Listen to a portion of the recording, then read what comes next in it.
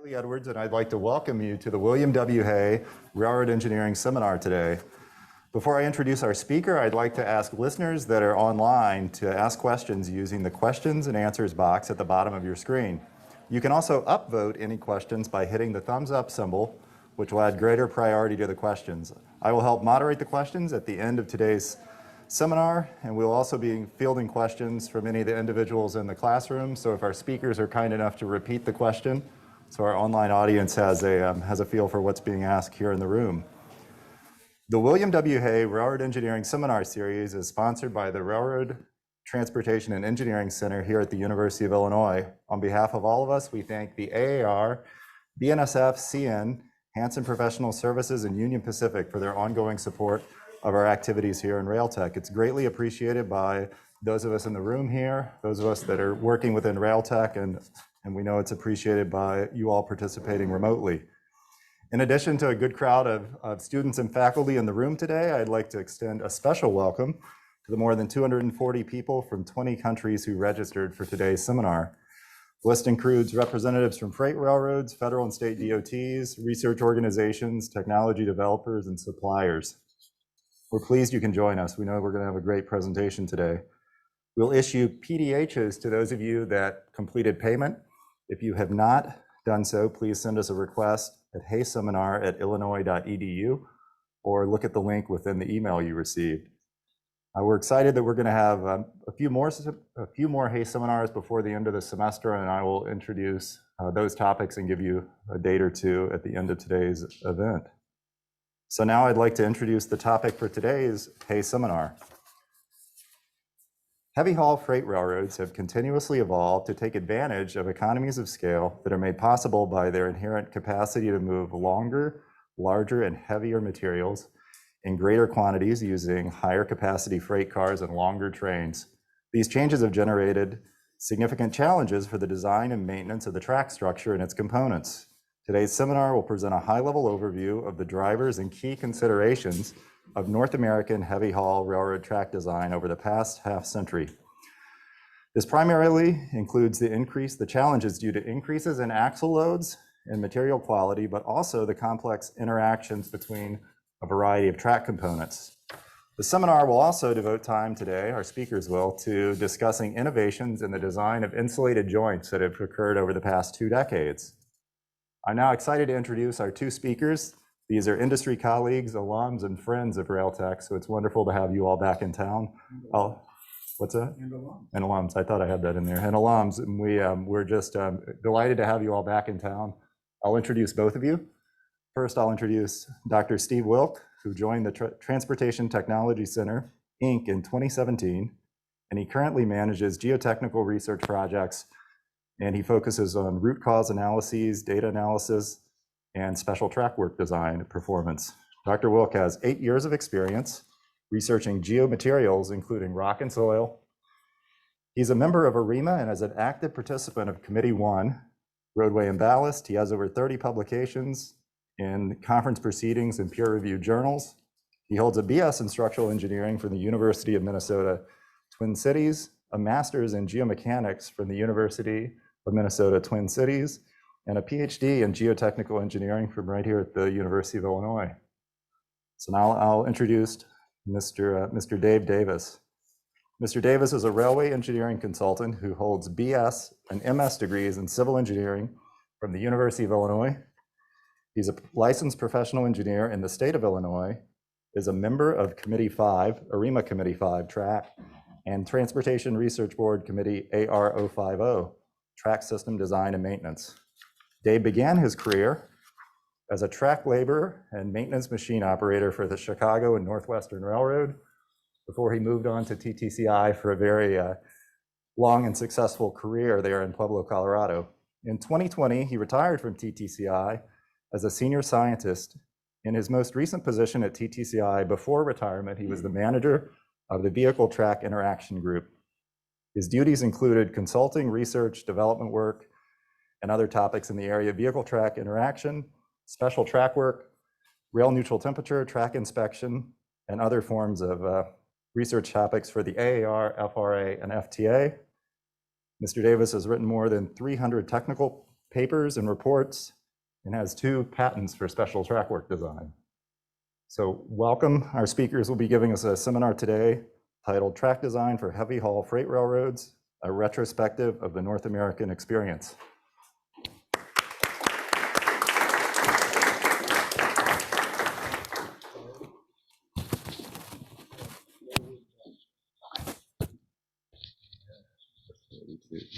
Okay.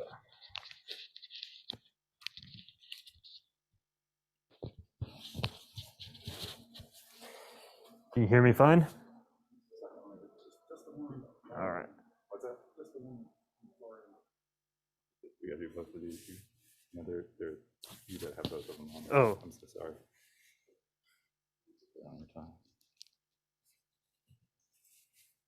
Yeah, inside pockets. Yep.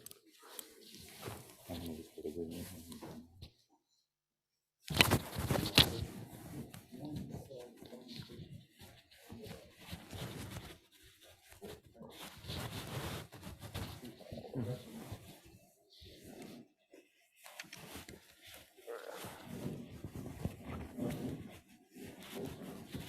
Sorry for everyone online. That's probably rough. Okay. So thanks for that introduction, Riley. So I would like to thank my co-presenter. Well, this is a great way to get back to in person.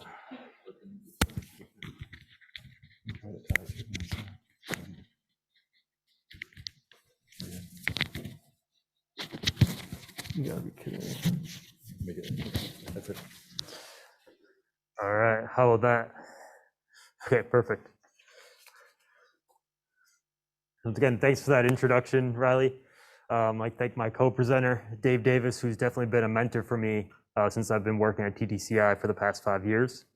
And we'll be talking about track design for heavy haul railroads, a retrospective of the North American experience.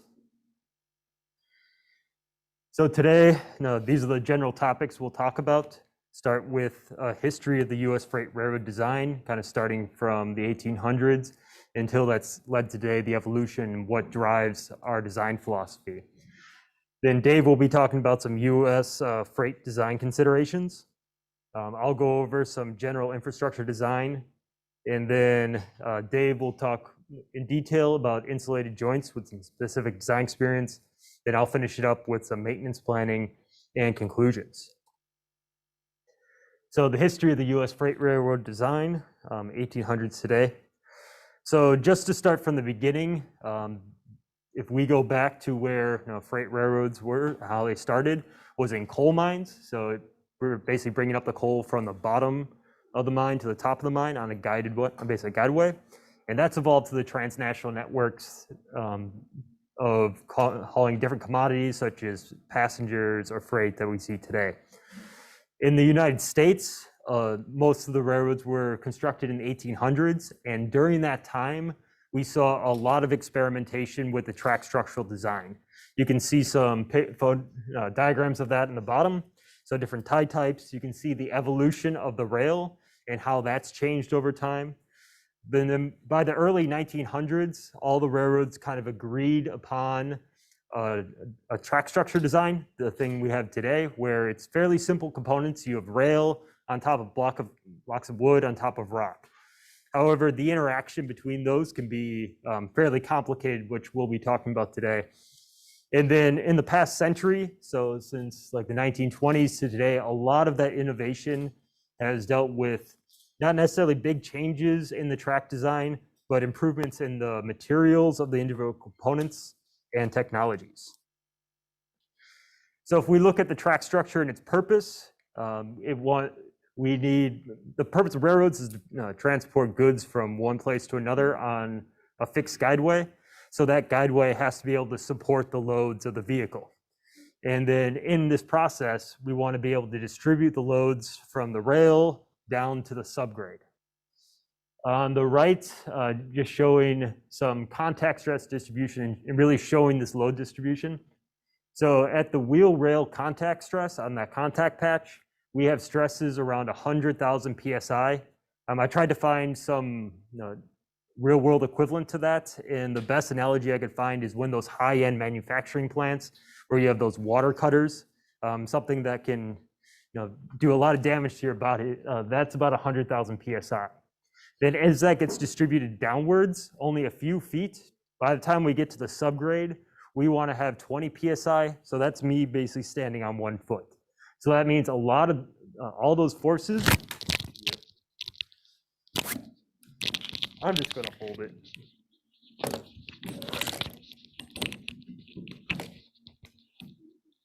All those forces get distributed downwards over a large area.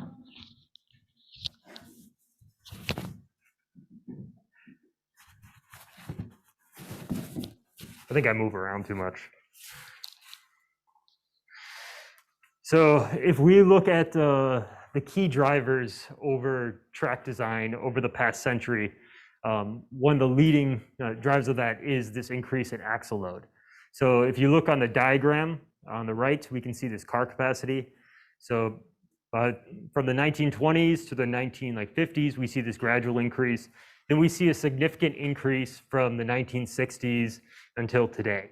So what that means is if you have a design in the 1940s, it may be able to withstand loads in the 1950s, 1960s, but it's probably not going to be able to design loads of the 1980s, 1990s. So what that means is with that incremental increase in axle loads, you also have to have an incremental increase in the design capacity of all the components in the track infrastructure. So if we go to the 1960s and 1970s, this is one of the instances where we started to see those increase in axle loads.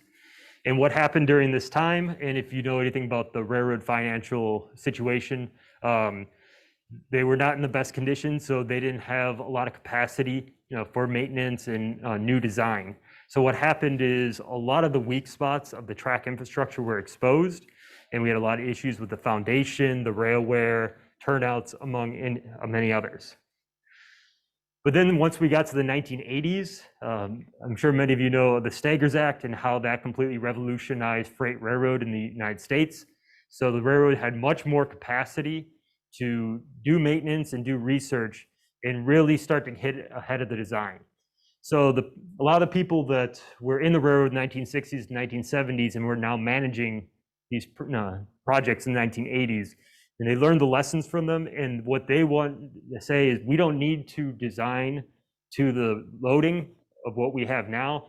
We need to look 20, 30 years ahead and see where we want to be and start designing those infrastructure components to withstand the future axle load increases that we expect to see in the future. So where that led to was the development of the Association of American Railroads Strategic Research Initiative Program, or the SRI program. So this is industry-driven research. So essentially all the major railroads in the US, they're increasing their axle loads pretty much uniformly, so they're facing the same problems. So it makes sense for them to pool money into one organization to do a lot of that research for them, and that's that SRI research. And the goal of the research is to improve safety, reliability, and efficiency of the railroad track network. There's a lot of metrics you can look at for the success of this program. Here's just one example. If you look at decrease in trade accidents and injuries the past 20 years, there's a lot of reasons for this decrease, much more beyond the SRI program, but a lot of the innovations that have come out of that and the testing that's come out of that have contributed to this decrease. And then also with the SRI program, it's not just the track infrastructure. We're going to be talking mostly about that today, but it does include the rolling stock, the vehicle track interaction, signal train control, and a lot of other important aspects of maintaining a safe and reliable railroad. So next few slides, I want to take just a step back and talk about these different organizations just to kind of give it context. So the Association of American Railroads, or AAR, it's an industry trade group that represents all the Class 1s, Amtrak, and some regional commuter railroads. And if you take the North American network as a whole, it is by far the largest and most efficient railroad in the world. So when I talk to people about the state of the U.S. railroads, usually we don't necessarily have the best rep because people think of passenger trains and we don't have these flashy high-speed rails that you see in Japan, China, and Europe. But when it comes to freight, our research and design are definitely one of the leaders in the world. So it's something to be proud of for what we have here in the United States and our freight network. So for the SRI research, just to kind of give a little broader view of what we do. So we deal with all aspects of testing and design. So here's just some examples, some problem diagnosis. On that photograph, you can see some broken spikes. So that's something, try to find the root cause of that and find mitigations. I know that's something that UIUC has been working with them on. Product design and testing, so up with new components, or if a vendor comes in and we can test their products. Look at maintenance, so how to make that as effective as possible. Inspection methods, so how can we detect defects in the track or at least assess the general overall condition. Look at life protection, so if you have the condition of different components, how much life do we expect to be left in the track? And then maintenance planning, so how do we allocate maintenance to be as effective as possible and keep trains moving at a highest speed as possible and reduce train delays. Then lastly, just kind of TTCI, we are the wholly owned subsidiary of the AAR. So essentially we're the research arm of the AAR and we perform the SRI research for the industry. I'm not going to go into a lot of this, but one of the benefits having a facility like this is we work on all aspects of the railroad and therefore we can share knowledge between these different fields. So one of the biggest benefits with me coming in here, I'm not just isolated in my rock, and I'm a substructure guy, so rock and subgrade. I'm able to talk with experts in the field in vehicle track interaction, and we have a lot of experience with that. So that's something that's been very exciting to be a part of. So next, I'm going to pass it over to Dave. Try not to drop the baton.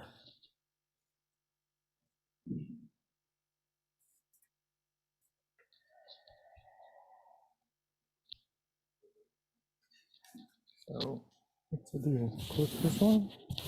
Yeah.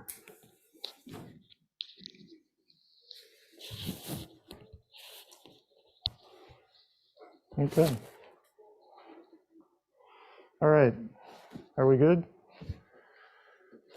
Okay, thank you, Steve. It's always a pleasure to be back here at the University of Illinois. And I'm very happy to speak to you today.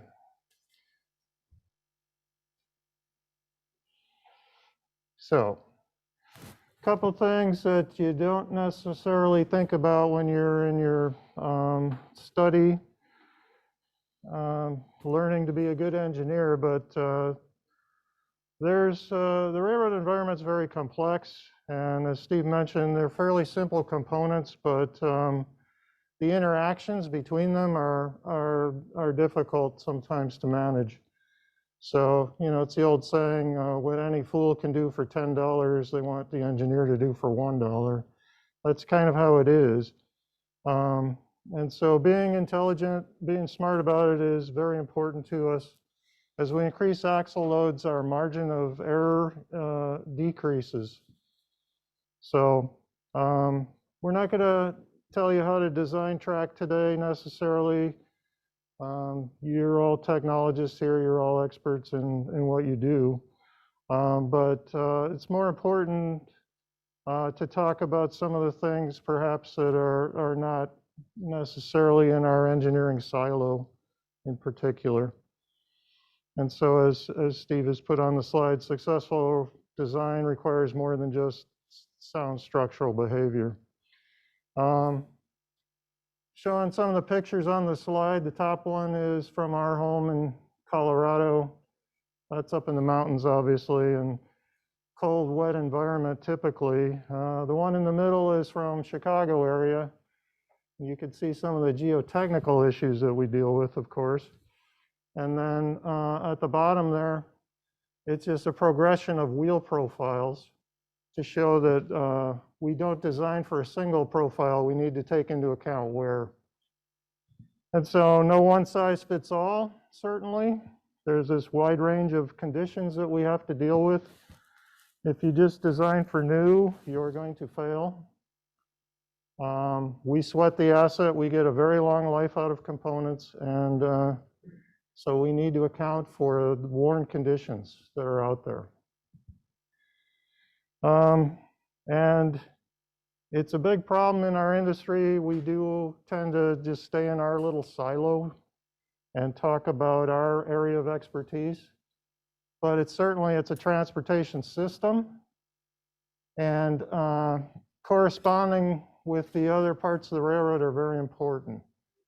So if we're civil engineers, we need to know enough about vehicle dynamics to defend ourselves against some of the things that the mechanical department will try to do that aren't necessarily in the interest of the entire railroad. So the takeaway there, I think, is if you just design for new, you're going to fail. You need to design for this wide range of conditions that are actually out there. And the good news is the railroad system is very robust, and so we can tolerate a lot of less than ideal conditions, like in the middle slide there.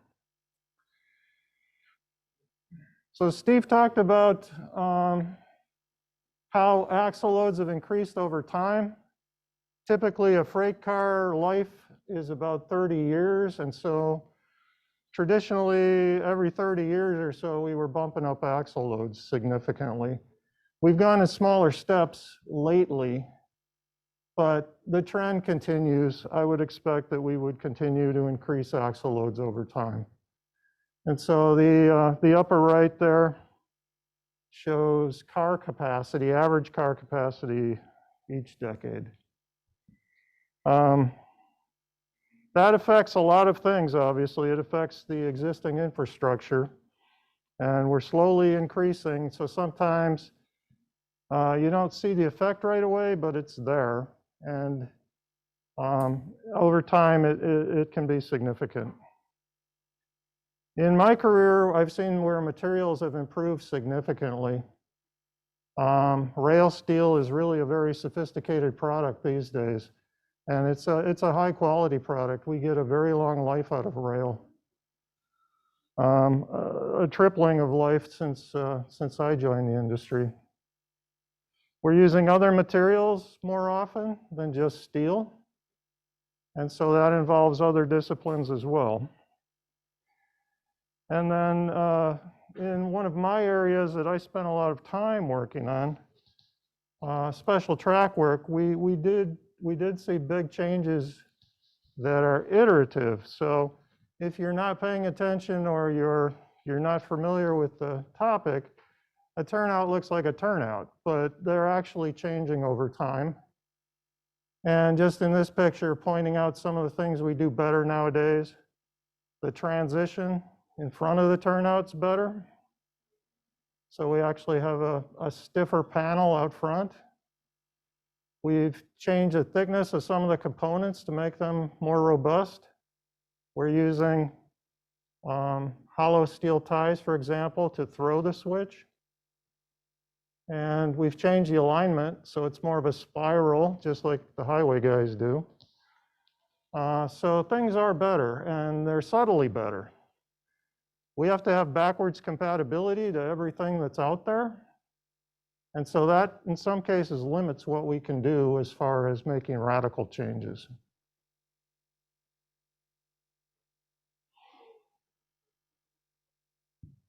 Okay. Let's see, am I doing this one, Steve? I don't even remember. Okay. So I talked a little about that. There's this billions of dollars of infrastructure that are already out there. And so we may have a better design for rail, but it has to be compatible to the rail that's out there. So we can't join the two together necessarily. They need to fit. The same way the AAR specifies all the equipment parameters, and so the equipment has to work with every freight car has to work with every other freight car. That limits, again, track gauge, heights of couplers, things of that sort. So we have to design within that box, certainly. So new designs should attempt to minimize maintenance downtime and time replacement with other components. The idea of, killing the two birds with one stone. It's very important. Track time is valuable, and so we want to have components that last roughly the same life or small multiples of the same life so that we're not out on the track every week trying to fix something when the railroad's trying to run trains. So an example would be rail seat abrasion or rail seat degradation. This university's done a lot of work to help us solve that problem. In the 1990s, we declared it victory. We declared it done, that we had solved it.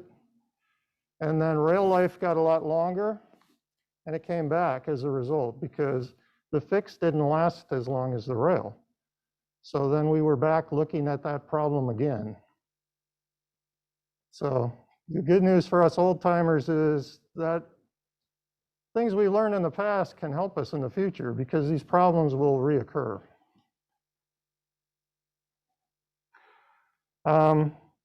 TTCI and our FAST facility in Colorado, we do a lot of long-term testing of new components. And we need to because some things look really great for a short period of time, but we need to know the whole life cycle. We need to know especially how they fail. So in my area, we looked at frog steels for turnouts. And there are many that look better than the original austenitic manganese steel for 100 or 200 MGT, but the way they fail is very catastrophic. And so not a good way to go. The material we use, we understand it fails in a more benign way. It gives us quite a bit of warning. And so there's a big benefit in that. If you just look at it from a purely scientific laboratory point of view, you'd pick the bayonetic steel over AMS. But the truth is, the railroads use AMS because it provides for a safer railway. All right, back to Steve.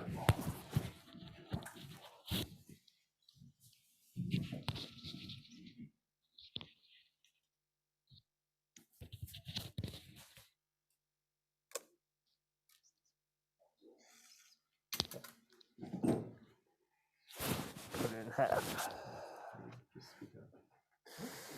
All right, next I'll be talking about general infrastructure design. So with this, I'm just going to go over a few of the infrastructure components and talk about how they have changed over the past 50 years or so and some of the drivers of that.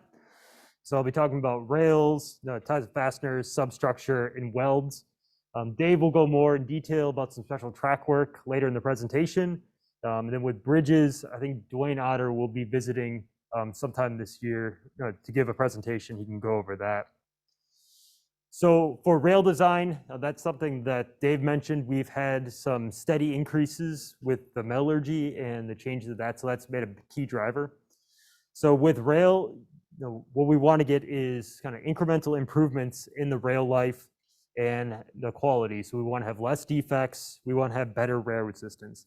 So some ways to do that is just to make a beefier rail, make this rail size bigger so we can see the transition from 115 to 136. 141 starting to be used. The metallurgy, so there's been a lot of improvements from the manufacturing process and making that rail stronger and more wear resistant. And then also with detection methods. So that's not only quality control, so coming out of the plants, but also detection in track. So if you see that defect that is internal, if you're walking the track, you're not going to be able to see that. You need to have some sort of non-destructive method to be able to detect that defect. So that's something that was in our track we were able to take out. So ties and fasteners, so this is a little different because wood ties, cut spikes, that's the bread and butter for the US freight railroads. It's something they've been using for over a century. They know it, they understand it, they feel comfortable with it. There's been some improvements with just the manufacturing and quality control, and you can use different types of wood. But when it comes down to it, we can't really make a stronger tree. So we're kind of dependent on what's naturally available in the world. So when it comes to ties, a lot of the innovation the past 50 years is not coming up with a better wood tie, but coming up with some alternatives. So with concrete ties, these will be used in high tonnage, high curvature, high grade locations where we have those higher axle loads. Composite ties, those are being envisioned for locations that wood ties don't hold up really well. It's like, think of really wet wet conditions. So if you're in a swamp, those wood ties are going to deteriorate pretty quickly. So the idea is to have composites or some other material that's more resistant to that moisture. Steel ties, those are, often see those in yards where you want to be able to just put it in and forget about it. So it's, as long as it's not under a lot of tonnage, those steel ties work pretty well. And then with fasteners, it's a pretty similar situation. Cut spikes are the bread and butter, you understand them, but there are premium fasteners that can be used in more severe loading environments. So we have the elastic fasteners. There's a wide range of types that can be used in your high tonnage, your high grade, and high curvature situations.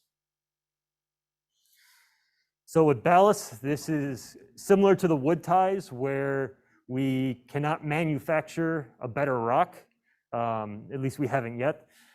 So we're kind of limited to what's available in the local quarries. So in the 1980s and 1990s, there's a lot of work done in determining which type of rock is the most wear resistant and can hold up for longer periods of time, and developing specifications to be able to characterize that. So one of those is the LA Abrasion Test. The photograph is actually from Dr. Errolton Tumbler here on looking at that wear resistance. And then Ted Sussman gave a presentation about a month ago talking about ballast design. He went into a lot of detail with that. But yeah, generally make sure we have at least 12 inches, if not more, in those certain circumstances. Make sure we have a full shoulder and crib, and then make sure with drainage. Another aspect is subgrade design. So most of the US freight mainline routes right now were constructed in the 1800s. If you go up to the geotechnical department or talk to Tim Stark and ask when geotechnical engineering became more matured, they'll say around like the 1950s or so. So what that means is most of the track was constructed before modern geotechnical practices. And with the increase in axle loads and that stuff, you can't just, we can't just take out all the track and redesign the subgrade. So what happens is over time with the increases in tonnage and axle loads, those weaker spots become apparent and we start seeing some movement at those locations. So with subgrade, a lot of design has been coming up with a wide range of solutions that can be used in appropriate locations. So some of these maybe just be drainage, slope stability, sometimes just adding rock. Sometimes you need to go a little more in depth with that. There's different ballast stabilization methods. So we have HMA, geosynthetics. If the subgrade is moving, we have chemical injections, a wide range of those. Another area is with geohazards and rockfall. So how do we mitigate against those and detect potential rockfall movement? So there's a wide range of areas within kind of that subgrade and geotechnical realm. So last aspect I'll talk about is with welds. So this is kind of similar to the rail aspect where we're trying to have this gradual improvement over time. With welds, they're typically the weakest part of the track infrastructure, especially along the rail. And there's two types of welds, and they both have had kind of incremental improvements, but with this, there's a kind of a trade-off. So with thermites, these are the ones that are traditionally used. They do not require a power source. They're portable, so they're easy to get, easy to lay these thermite welds, and they add material to the gap. But those aren't going to last as long as an electric flash butt weld. just because those have more pure material, there's less foreign material. But electric flash butt, those consume material and they need a power source. So when it comes to deciding which type of weld to lay, these are different trade-offs that need to be considered. So the next, I'm going to be passing it back off to Dave.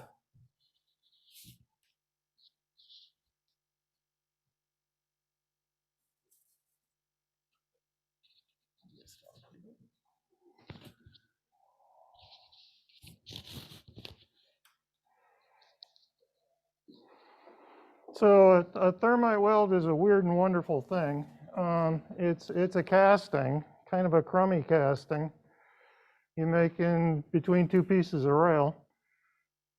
We see that their days are perhaps numbered as railroads increase wheel loads around the world. They're moving away from thermite welds. In some places, they're only used as emergency repairs on the very heavy axle load lines.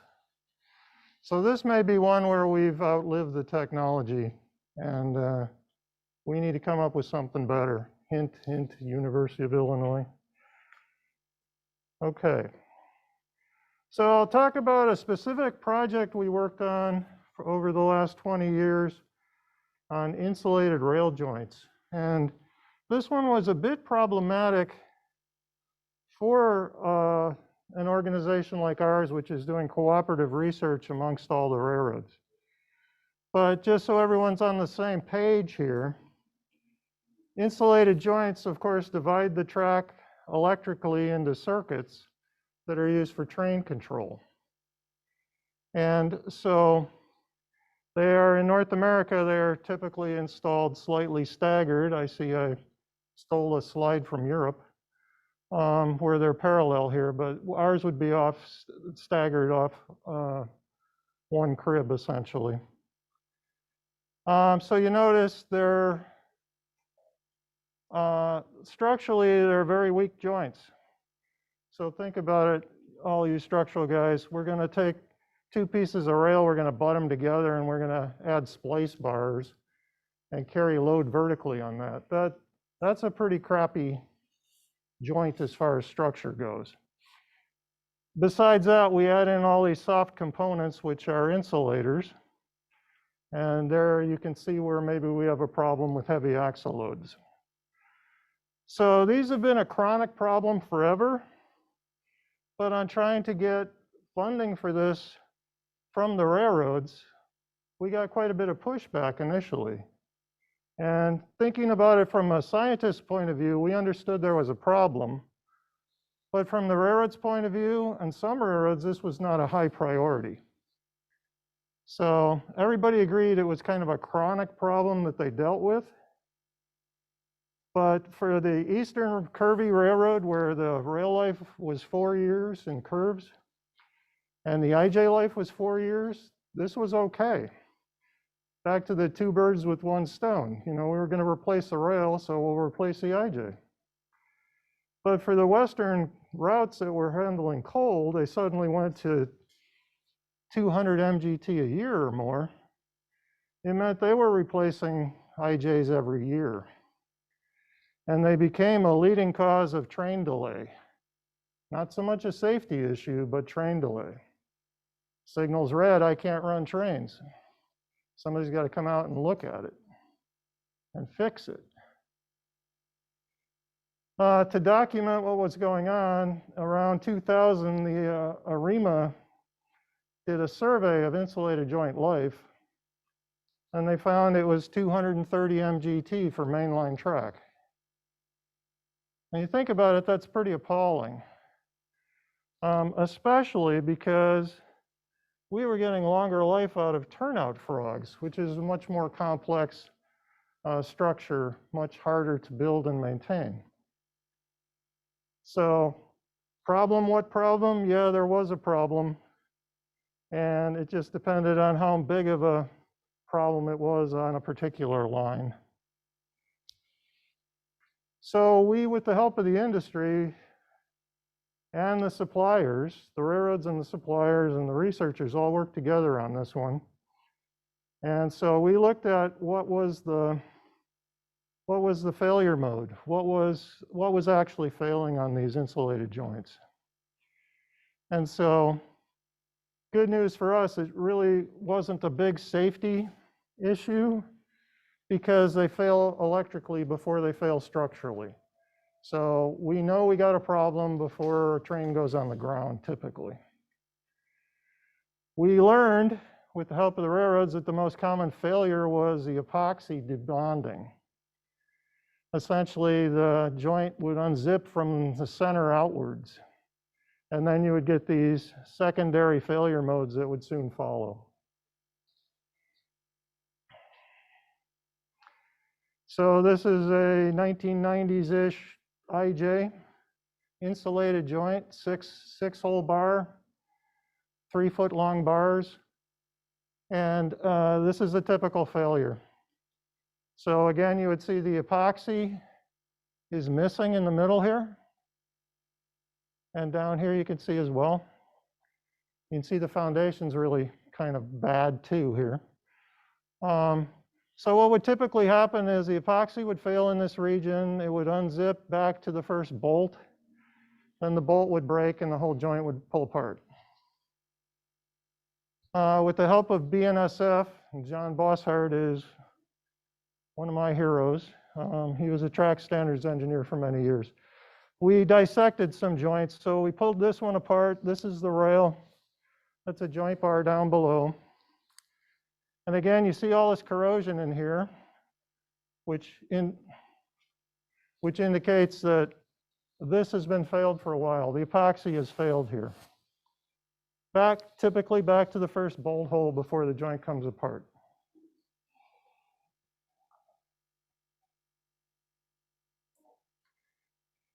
So you also notice in a lot of these pictures, the foundation's nothing to write home about. So we saw a big correlation between the condition of the foundation and the condition of the IJ. Is it a cause-effect relationship or not? But they were always correlated.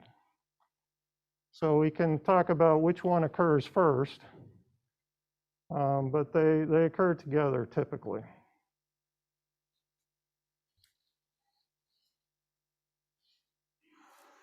So the epoxy fails, the joint starts to pull apart. We lose bolts because now it's a pin connection rather than a compression joint. And it wasn't designed to be a pin connection. And then the thermal stresses in the rail start to pull the joint apart.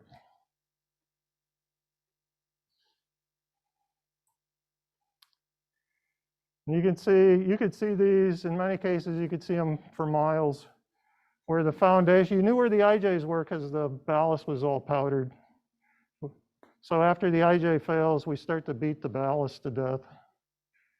I think this one's in Illinois. I think it's northern Illinois, actually, where that picture was taken. So then we get these secondary failures. We start to batter the end of the rail because now there's a big gap there. And things go downhill very quickly. So looking at it from more of the engineering point of view, this is kind of the situation we had. So I'll walk you through this slide. So here and Virginia Tech and Illinois were very helpful in this project and in working on various aspects of it. Virginia Tech had the experience and the expertise in epoxy materials. So our standard 6-hole IJ at the time, we modeled it and we measured it, and the stresses in the epoxy, the shear stresses, were on the order of 6,000 PSI. Unfortunately, we were using an epoxy that was more like 3,800 PSI. So we have a problem. Call Houston, we have a problem. So we worked on various ways to remedy this. We fiddled with epoxies, and we were able to come up with an epoxy that was fairly much stronger. We looked at just making all the components bigger. We looked at changing the foundation conditions. And we looked at coming up with something better than a typical butted joint, a more efficient, engineering efficient joint. I guess I need to be over, well, do I? I guess I do. Okay, so we looked at epoxies and we nicknamed them. So this is the existing one. We nicknamed this one Crazy Glue because it didn't do anything useful, and this one Super Glue because it did. And so since year 2000, the epoxy that we're using today is about 60% stronger when it's new, and it doesn't degrade so much in the environment. And the suppliers deserve a lot of credit. They jumped right on this and implemented it. Another thing we did, we improved the foundations. So you saw a lot of my pictures where the foundation was kind of bad by the time the IJ was failed. In the old way, we just put a new IJ on top of that crummy foundation and went on our way. BNSF was a big proponent of replacing IJs as a panel. So they would replace both. They'd get new cross ties and new ballast. And what a surprise, the average service life for those went way up. So that was fairly effective.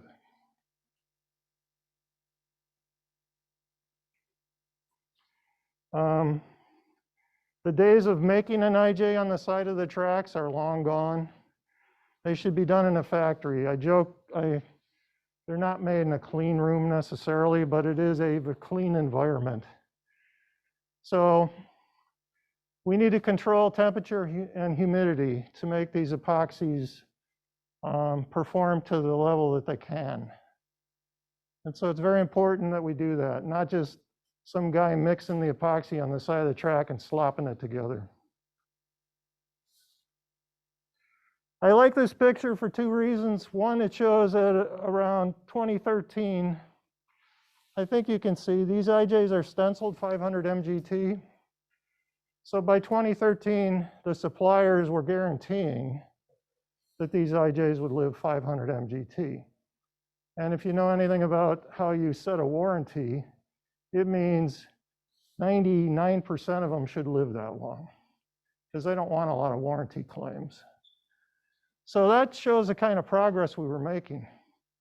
The other reason I like this slide, so this is one of the gentlemen who's working for one of the suppliers, and he's brilliant. He's come up with some great designs. He's looking at the competitor's IJ here in this test. His IJ is back here behind him.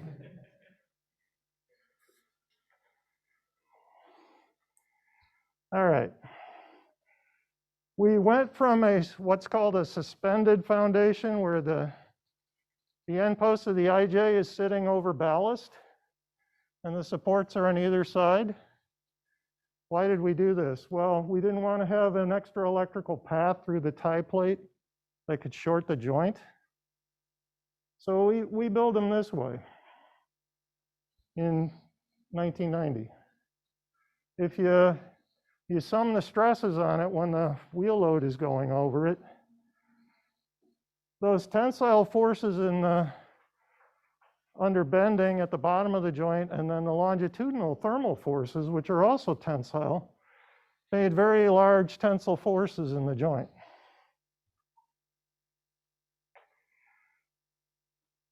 So we changed it. We went to a supported joint, and something happened with my diagram here. It's not quite correct. But you support the middle of the joint with a cross tie. So we needed materials development to do that. We ended up with an ultra high molecular weight polymer bonded to the plate so that we get a good insulation over the life of the joint.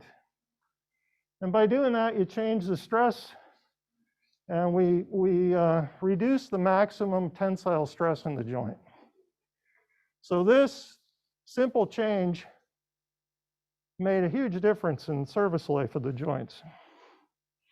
And today, supported joints are pretty much the standard.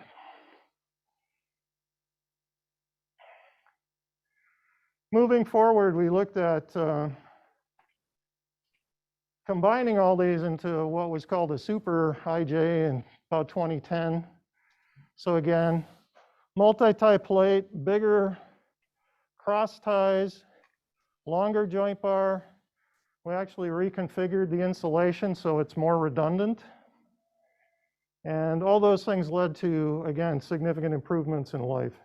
So 8-hole bar joints, 4-foot long joint bars are standard for heavy axle load service nowadays. The next phase would be, again, a more structurally competent joint. So something like a lapped joint.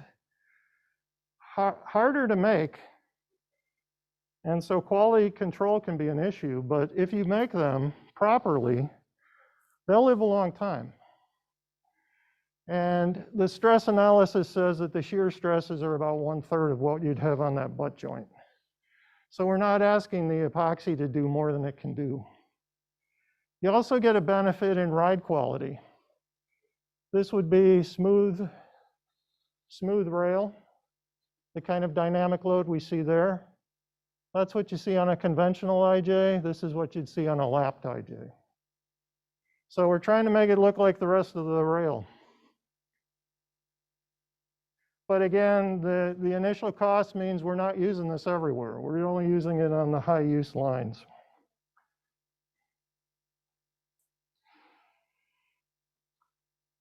So in summary, this was an industry effort.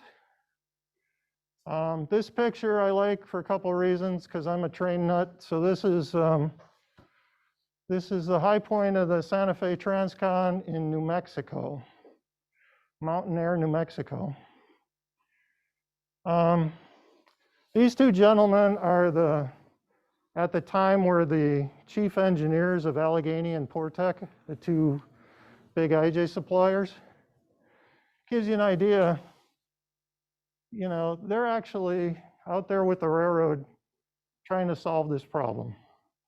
And so we weren't playing stupid turf battles. We were trying to solve the problem. So where we were, 1990s, 200 MGT life. By 2010, 800 MGT. Today, it's over 1,000. And we think the future with things like communication-based train control is we're going to get rid of these things entirely.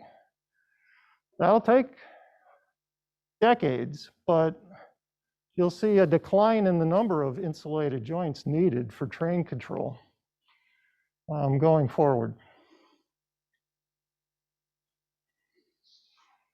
All right, I think it's back to Steve.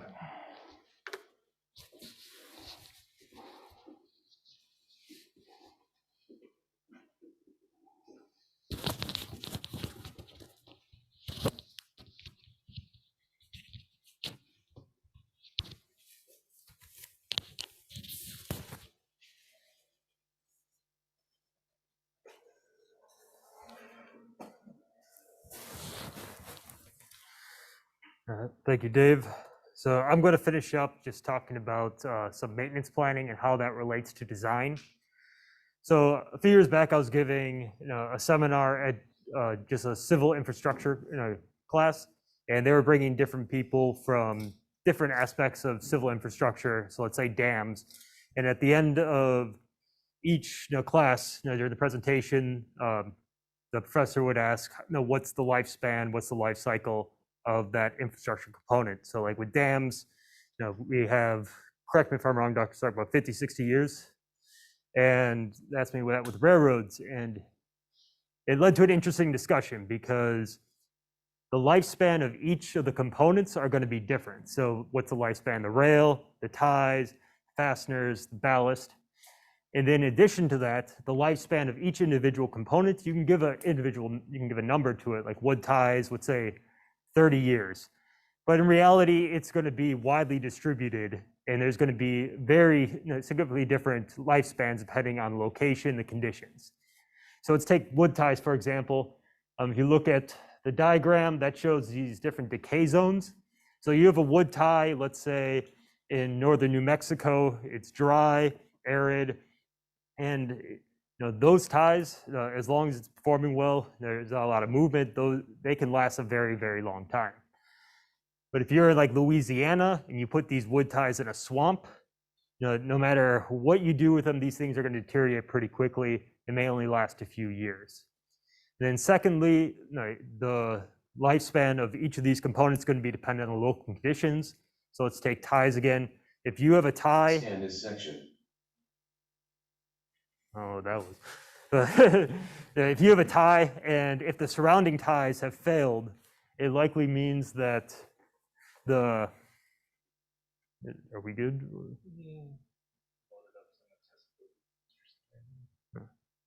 Start magnifier.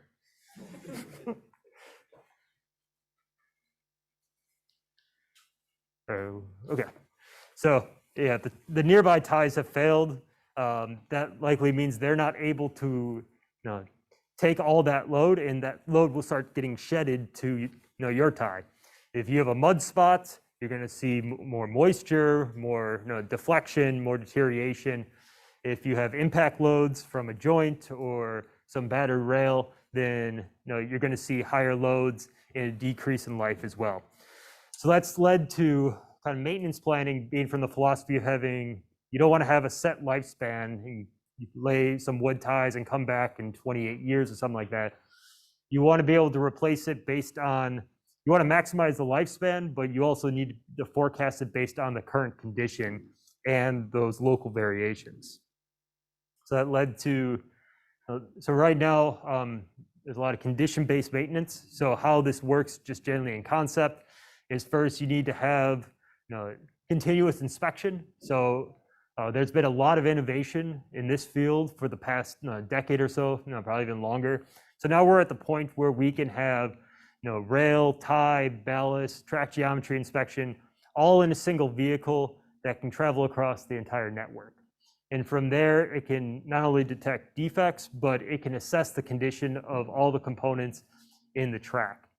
So if you can get that all together, and where kind of some of the next challenges is how do we forecast that remaining life? So that's something that's extremely complex, extremely difficult. But if you can get to that, then you can really get efficient maintenance planning and be able to maximize the lifespan of these components and reduce train downtime and delays. So conclusions, lessons learned. So Dave went over a lot of these, but kind of want to reiterate the points. Where railroad track, we have really simple components, just rail on top of blocks of wood on top of rock, but the interaction and all the different ways that these simple components can fail are highly complex. So when it comes to designing, you don't want to just look at the structural aspect, especially under idealized conditions. There's a wide range of ways that these can fail. Like let's take failure modes, for example. If you address one failure mode and there's another failure mode that's about the same, you can make a great improvement, but not improve the lifespan of that component. And you also want to be aware of what type of failure mode. So if you have a failure mode where it's mostly just broken bolts, or you need to tighten up bolts, that's something that's easy to do. It won't say put trains on the ground, but if you have catastrophic failure mode, those are really high risk and you want to avoid those at almost all costs. Then no one size fits all. I think we've hit this a number of times, wide range of track conditions.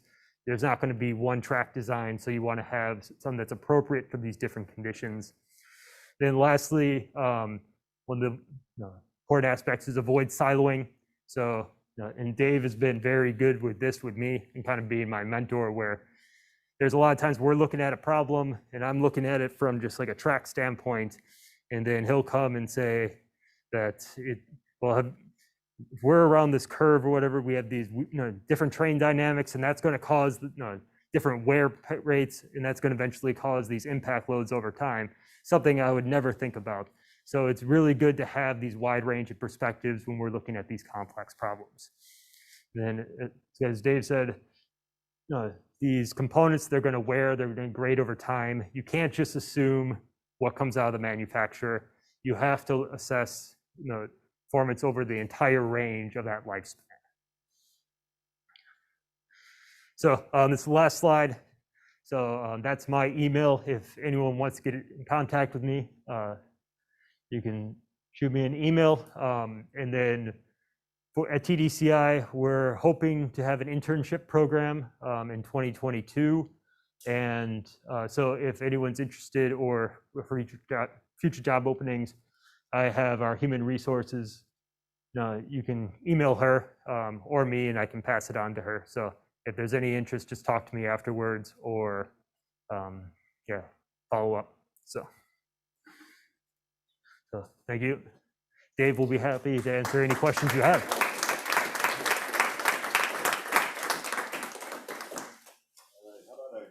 Questions from the room to get us started. We've got some online, and I'll put those in. Any questions?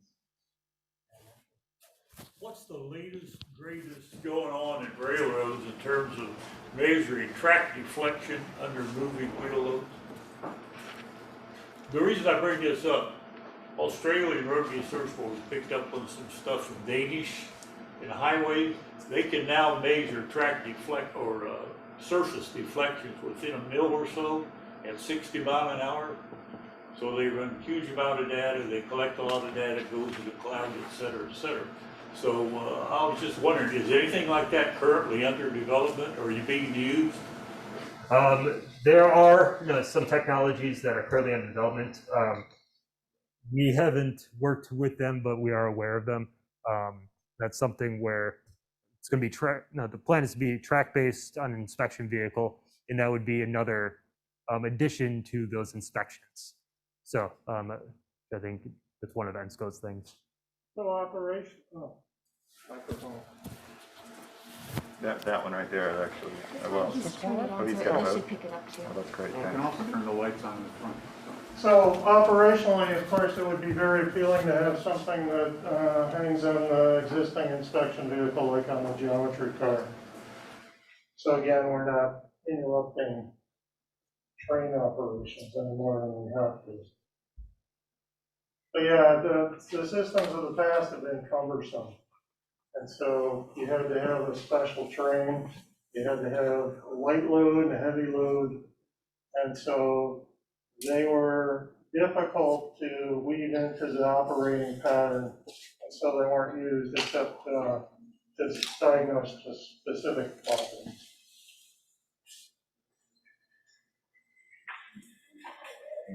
Maybe you can shout it out, and maybe you all repeat it in the microphone. Sure. Thank you both for a great presentation. My question is for Dave, actually. Dave, when you were showing the IJ, one of the developments of how you looked at some of the support conditions and things to improve them, I noticed a longer wood tie, which is the kind of transition type of a tie in the track. And I was wondering if that helped the IJ life ever by putting a longer tie. I think that we know as scientists, that's kind of be careful with my wording. It's a way to slightly improve the stiffness of the foundation, but it's logistically easier for the railroad because they're already buying those longer ties for their turnouts. Our research said you need a wider tie and a deeper tie, and those would have a bigger benefit. But again, logistically, we're already buying 10-footers. And they're easier to obtain. You gotta grow a tree a lot longer to get a 12-inch diameter, So it became something that was better than what we had, but not optimal.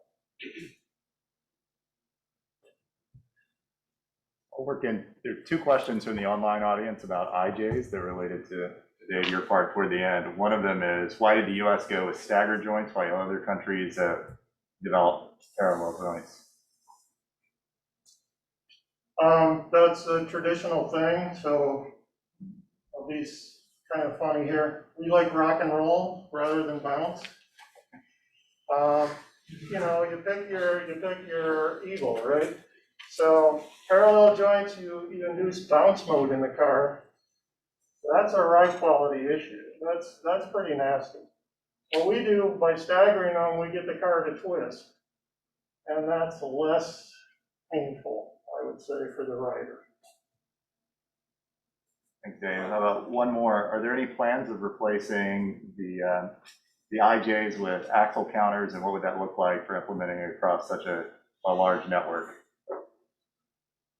Axle counters have been used for specific situations, like some places where we have crossing diamonds.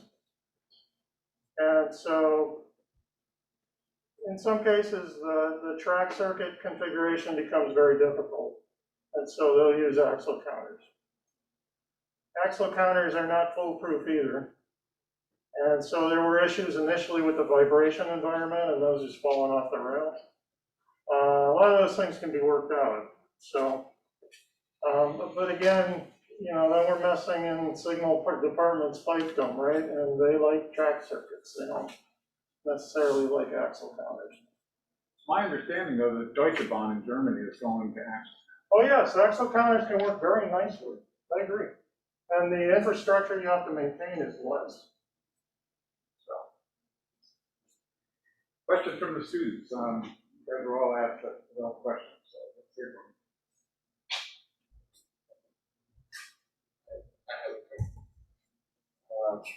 So, first of all, thanks for the presentation. It's really good. And we are working in basically condition assessment and change detection, automated change detection. And something that we find really difficult to understand is the interaction between components in the track, especially when they change and how this affects more holistically the track. So my question is, in your point of view, there is any hierarchy in terms of when analyzing components? For example, if I'm missing fasteners, or if in two different runs, sometimes are worse than others, how should I assess this problem? Should I look at what component should I look first? Okay, so if I summarize the question, and doing track inspection and looking at condition assessment of components, what is the logic tree, the hierarchy for which components to focus on, which ones are more important? Yeah. So as a ballast guy, definitely the ballast. Yeah. So, As a vehicle track interaction guy, the top of the rail, that's the. So there's some obvious things, right? We have to have continuity in the rail. So a rail brake, number one, can't have that. A missing fastener, no big deal. I mean, assuming the FRA is not listening. No big deal, a single fastener missing, but 7 in a row or whatever, yeah, that's a big deal. So the logic tree would be pretty complicated. I don't think we could draw it for you today, but I think you look at the consequences. And so again, cracked weld, a broken rail, can't have it. A rotten cross tie, don't want it, but we can have it. And so you would go through that. What are the consequences? Sort of an FMECA type of analysis, right? What, if it fails, how is it going to fail, and what's it going to affect? Yes, sir. You were talking about a lot of tracks been out there installed already, and you were discussing transitions being an area where maintenance is higher. What would be your recommended approach to an improved transition from an establishing track that's already there versus a new build? If you're coming across like a new bridge and you can completely rebuild that transition, what would be the differences that you would take? I don't know if there's an answer to that, just because there's so many unique conditions and constraints that you really want to have a wide range of solutions and be able to, at the time, fit what's working there. And there's a lot of other considerations on the railroad side on track downtime and how long is that road willing to shut down the track to be able to remediate. So there's a lot of those different considerations that need to be accounted for. But a lot of it will come down to basics. First step, make sure there's drainage, make sure all the basic aspects of the track design are there. And then once you have that, you can kind of move up to more advanced solutions where appropriate. So if you're talking about specifically that bridge approach situation? Yeah, if you take a bridge approach, you might, like with existing track, use mini piles, or you might use different types of ties. There could be different solutions versus a brand new or a rebuild. You might put like HMA or some sort of different foundation under it to give you a better transition. So plug for vehicle track dynamics modeling. You need to have the transition be long enough that we're not creating large dynamic loads. And so we can model all this. Some things are obvious that you need to do. The track on the bridge is typically a lot stiffer than the approach. So we either need to make the approach ramp up to that stiffness, or we need to reduce the stiffness on the bridge. So yeah, there are a lot of ways to skin the cat, and we have some good tools to do that nowadays. Read one of the online questions, and this is from our friend Steve Prismer. So he says, can you comment on the potential for the next phase of rail industry growth by adapting track for higher speed freight operations over long distances to better compete with trucking? Sure. Speaking for myself, I'm not with the AAR TTCI anymore. I think that he's right. There's a potentially large market for faster service. I think what the industry is focused on is more reliable service. And so if we say we're delivering on Thursday, it better be there on Thursday. But for some markets, Thursday isn't good enough. It needs to be, Monday.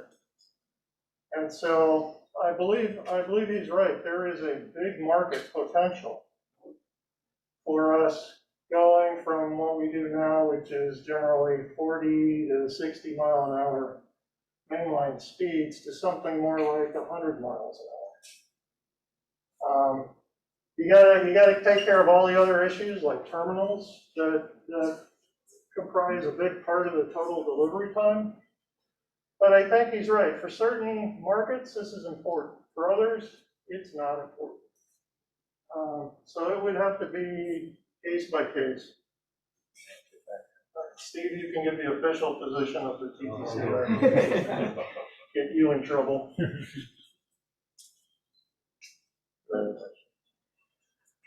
So, and my question might be a little bit uncomfortable for representatives from a trade association, but I'm going to ask it anyway because I think the conversation needs to start.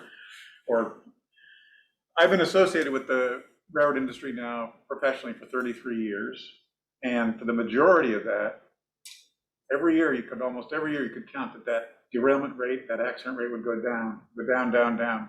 It became second nature to me, just assume it was going down, and it's not going down anymore. Your chart showed it again. It's been going up for the last several years.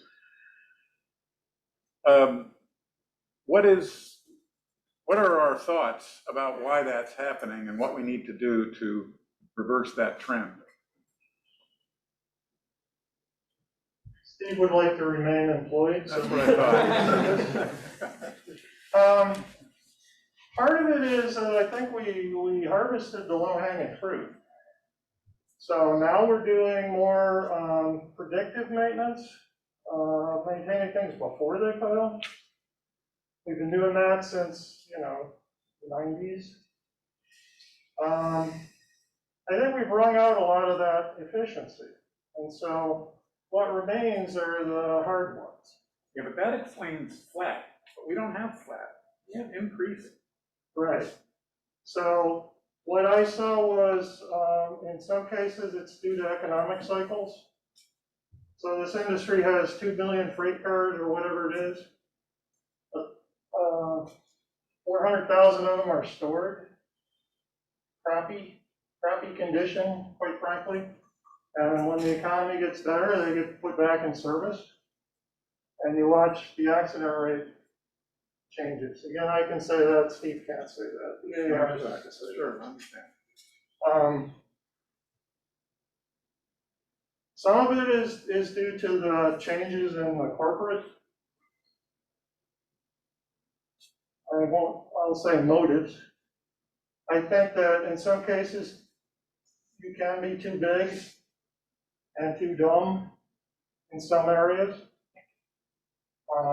So I liked it in the good old days when there were 20 railroads that were class 1s in the AAR, not when we've got 6 or whatever it is now. Again, that's my personal opinion, please, not the AAR, don't complain to Terry Gonzalez. So I think this is very troubling to all of us, and we've been driving that down. The goal is 0, and like you say, we're backsliding lately. Yeah, I mean, I just gave the lecture in class showing the pre-ATSI versus the post-ATSI.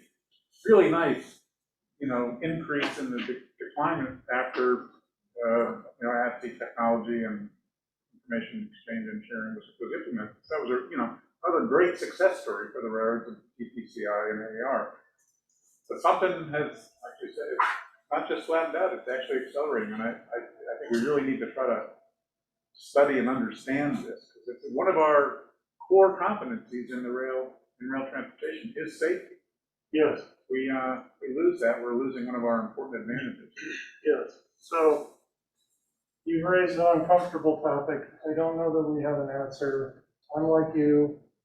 I see it and I go, this is terrible. This is undoing what I spent my career doing. And I don't know what. Yeah, and I'm not expecting you guys to answer the question, I think, but like I said, I think the conversation needs to. So the good news for the students in the room, there's plenty of things to be working on. We did the easy ones. Now we're going to hand it to you. But they're smarter than us, so that's okay. Another question in the room. Thank you for the presentation. You mentioned about the condition-based maintenance and that there's like continuous inspection or monitoring. Can you elaborate more on how that's done and sensors or cars, things like that?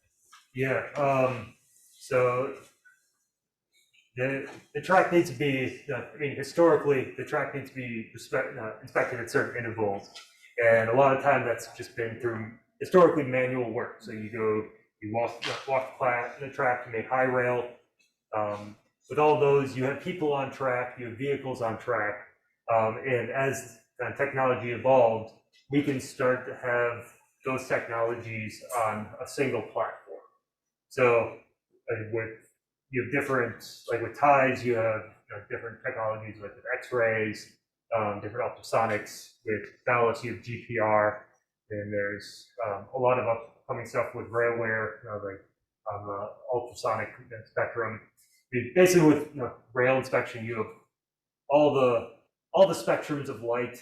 There's usually something there, and then it's all within track geometry. And one of the big challenges is getting all of that to align up.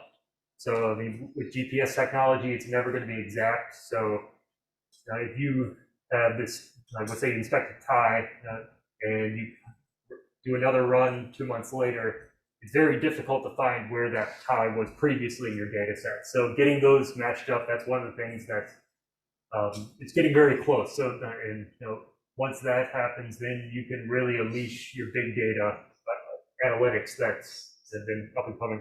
Will you say what that question was, the online audience? Oh, sorry. Yeah, can I elaborate on the condition-based maintenance and the kind of the track inspection that's being done today? So, to me, I've seen big improvement in some areas because we're doing automated inspections. And so you see railroads like BNSF They bought more geometry cars. And they're using artificial intelligence essentially to find these combination defects that can cause problems that a human really doesn't see out there. And so there are some FRA defects that are beyond what a human can actually see and track, unless you're a way better track inspector than I. But the automated system finds them. And so I think we've gotten much better in some areas. Not that I want to do away with the guy out there, guy or gal inspecting out there, because that's very valuable as well. But there are certain types of conditions that humans don't find very well. And that may be a partial answer to what we were just talking about before, which is all this new autonomous inspection stuff. One more question from the room, and then we'll end on one more from online. You said that the low hanging fruit have been harvested. And I was wondering, is there a fruit that is hanging with fire? Or is it like a fruit that's in improving a single component? Or is it just this monitoring? Okay. So the question was, if I said we've harvested the low-hanging fruit, so is there anything left to do? I think is kind of the way you were asking it. And the answer is yes, there's plenty to do.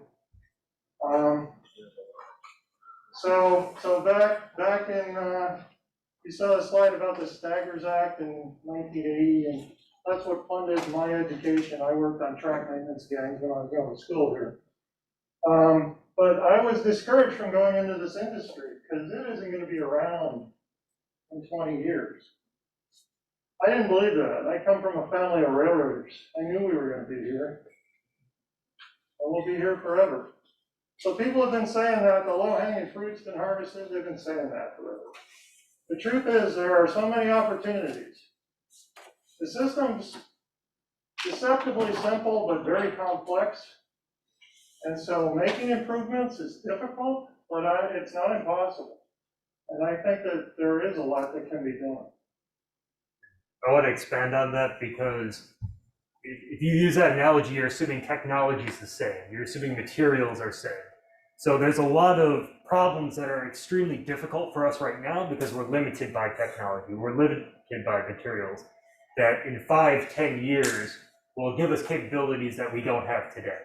So it's not a static environment either when it comes to those problems and our ability to solve them. So that's a second aspect of it as well.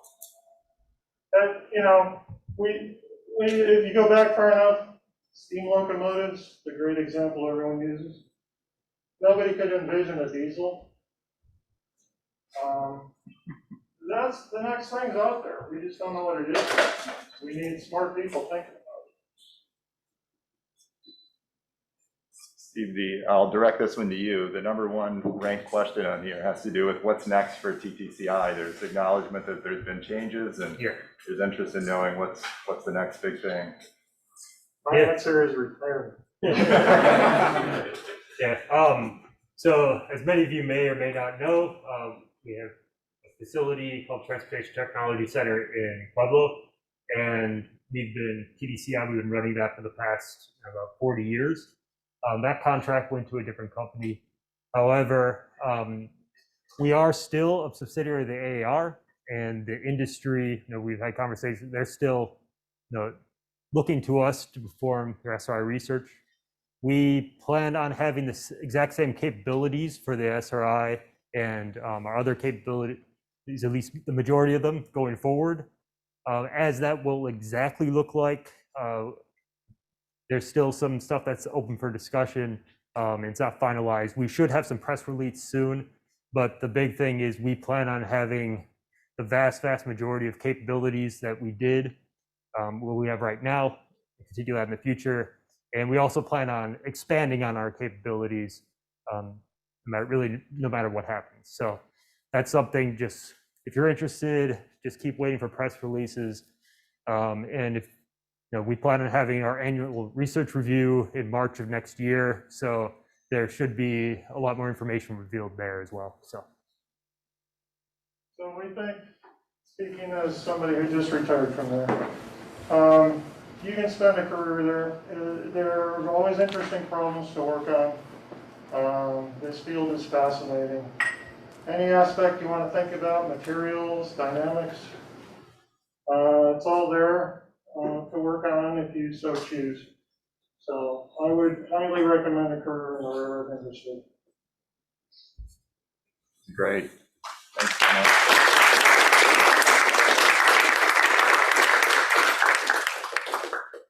So I want to thank you guys for the fantastic presentation. Obviously, lots of good, stimulating questions and information presented. And in keeping with this seminar, we want to give you a gift. And it actually, this mug actually tells a story of the progress in fuel efficiency of the North American railroads. So let's see, what does it say? Okay, this is great. Yeah, if you filled this up in 1968 with diesel fuel, you could haul a ton of freight 27 miles. Today, you only need half of this. Think of that when you're drinking your... Don't drink diesel fuel. So anyway, thanks very much. Thank you.